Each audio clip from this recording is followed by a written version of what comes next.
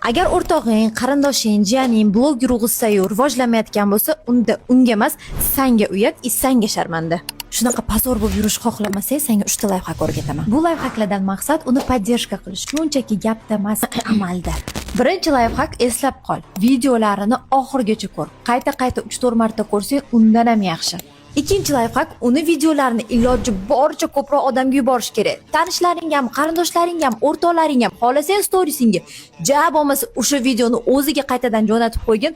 Bu narsa uni videolarini axvatlari, prosmotrlari ko'payishiga yordam beradi. Uchinchi layfhak, обязательно videolarni har doim saqlanch qilib bor va kommentariy qoldir. Kommentariy qoldirganda ham postiga, videosiga mos narsa qilib qo'y. Bitta smayliklar bilan qutulib qolmagin. Bu narsa uni videolarini yana ham ko'proq odamga ko'rsatishga sababchi bo'ladi. Tez orada o'rtog'ing boyib ketadi. Ishon, boyib ketgandan keyin bu yaxshiliklarni hech qachon unutmaydi. Chunki bunaqa odamlar har doim direktda ajralib turadi. Shu videoni ana o'rtoqlaringga yuborib qo'ygin. Seni qanaqa podдержка qilishni to'g'ri o'rganib olish.